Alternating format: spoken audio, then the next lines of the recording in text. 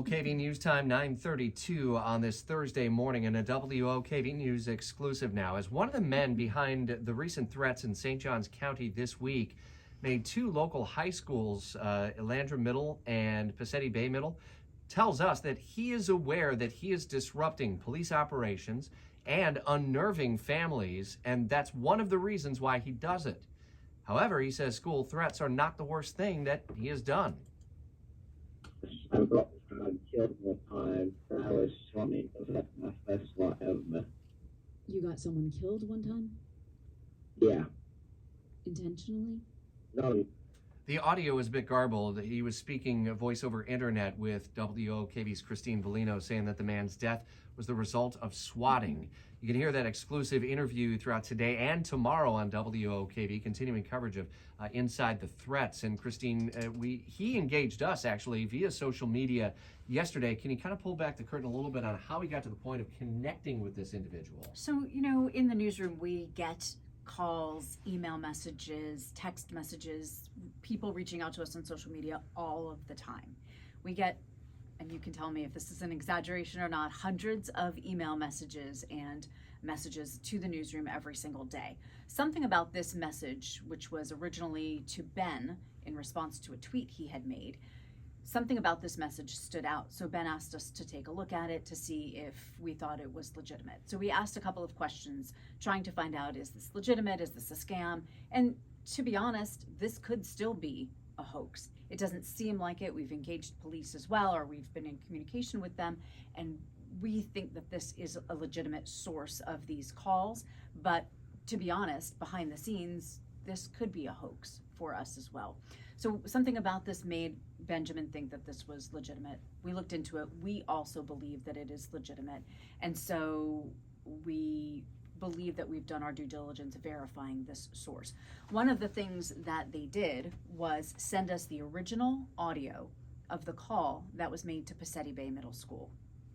We will post that audio online. We're in the process of bleeping out some names because we want to protect the people who are most involved here. We want to protect the students. We want to protect the administrators. And Rich, I really think it's important too to say one of the reasons why we are giving this person publicity, because we could take criticism for giving this person publicity.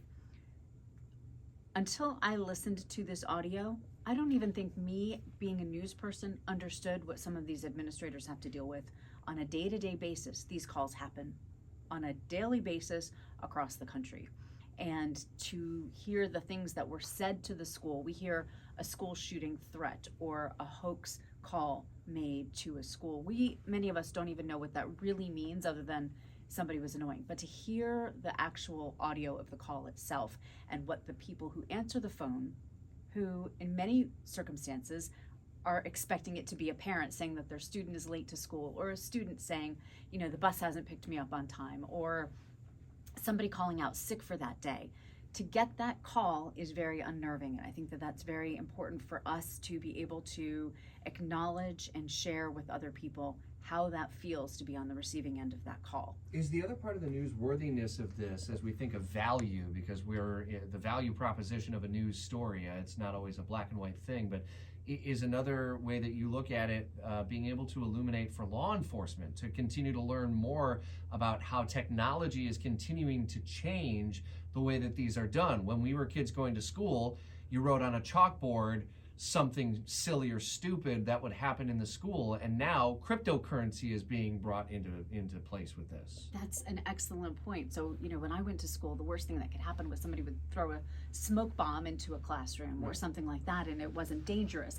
And, calls could be tracked. Well, now the technology exists so that law enforcement has a very difficult time tracking these folks. Now, this was a swatting incident. And for those who don't know what swatting is basically a prank call, and it could have little consequences or it could have big consequences. In the audio clip that you played, obviously this gentleman says that a gentleman died because of a swatting incident. So this is a swatting call. The call was made over VoIP, which was a voice over internet protocol. And it is very difficult in most of the interview to hear it unless you listen to it a couple of times. This is what law enforcement is having a challenge with. They have to parse through all of these technologies to get to it. Not only that, but these folks are hired by children at the school. So our children are hiring these people to cause disruption, and they are very happy to do it. They're not taking mom or dad's credit card or their own credit card and paying.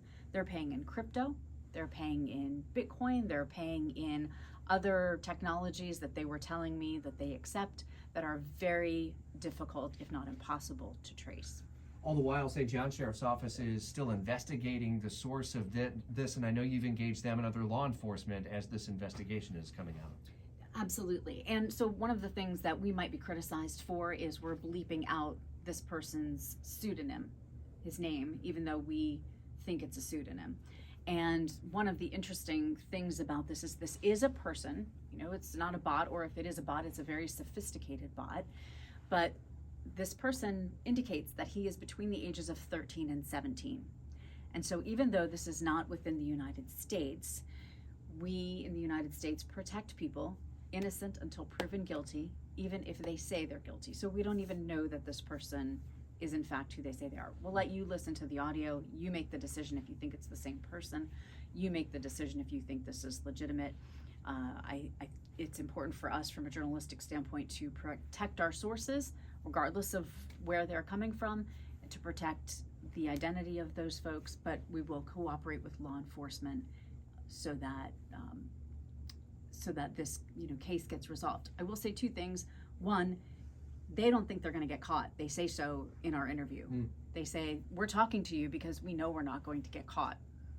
And the second thing is that law enforcement is having to deal with this all over the country, all over the world, and has very little leads. And these folks, they deleted the online chat that we had yesterday already. Benjamin had tried to get it back and it was gone. But it's very difficult to track these folks. But they did say that if anything resulted in danger or violence, they would stop. Despite the fact that he claims that someone has been killed because of him, he said he doesn't want these school threats to be violent. Fascinating. Well, obviously, the Sheriff's Office investigation going to continue. We'll be on that part of the story, and we'll continue to hear more from this exclusive investigation through tomorrow on Jacksonville's Morning News and also at WOKV.com. Great work by